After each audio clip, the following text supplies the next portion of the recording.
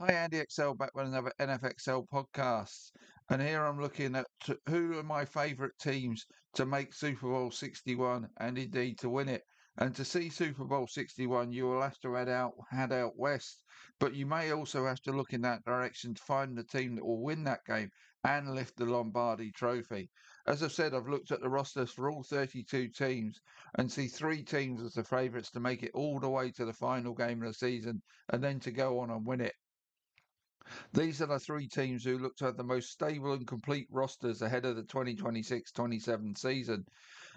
And now, two of these come from the AFC West and one from the NFC West, to give you a clue.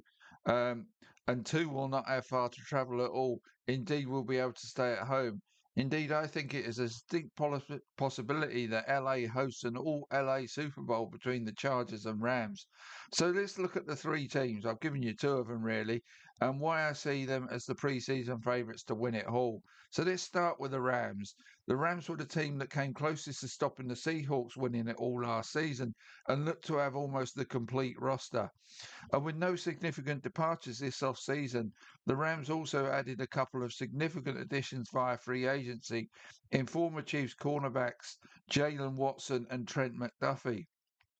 Now, pass defense was the Rams' one area of comparative weakness last season, ranking 17th against the pass they did, despite having a fine pass rushing unit.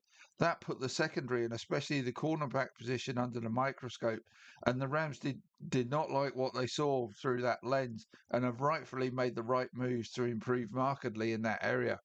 That could well move the Rams' pass defense into the top 10 next season. Other areas, for and against the run, they were a borderline top 10 outfit last season and had the number one ranked pass offense led by MVP Matt Stafford. Stafford will line up behind a very good and settled O-line that performed well last season, and with Puka Nakua, Devontae Adams and a phalanx of tight ends at his disposal, seems sure to thrive again next season. Kyron Williams and Blake Corum will once again man the backfield, and with this entire offensive unit having another year of playing together behind them, should be at least as effective as it was in 2025-26. So a team that came close to winning it all last season looks set to be even better next time round, so have to be a serious contender to win it all. And let's look at the other LA team, the Chargers. Could it be that the Rams' local rivals, that is the team they face at SoFi next February?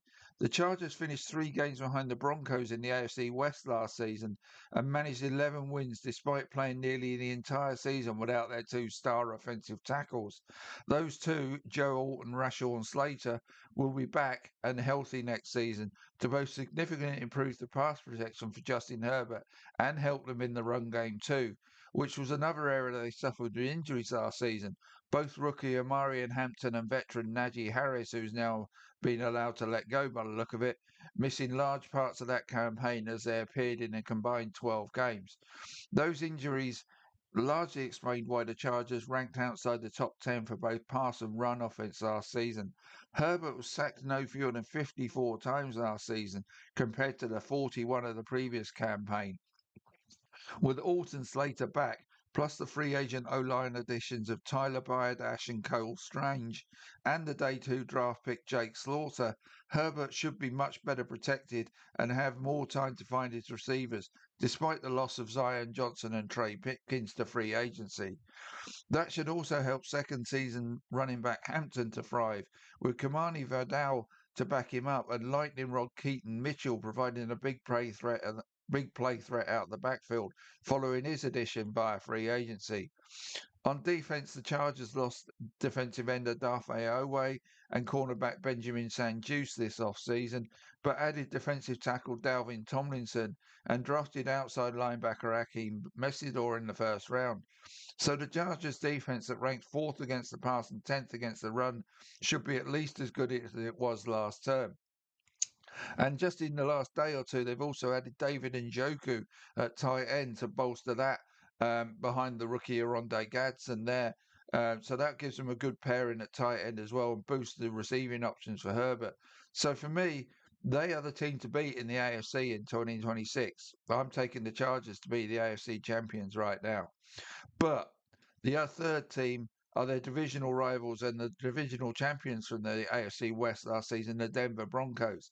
Now, it can be argued, and I would happily make the argument, that the Broncos would have made the Super Bowl last season, but for losing Bo Nix for the AFC Championship game and having to play Jarrett Stidham in his stead.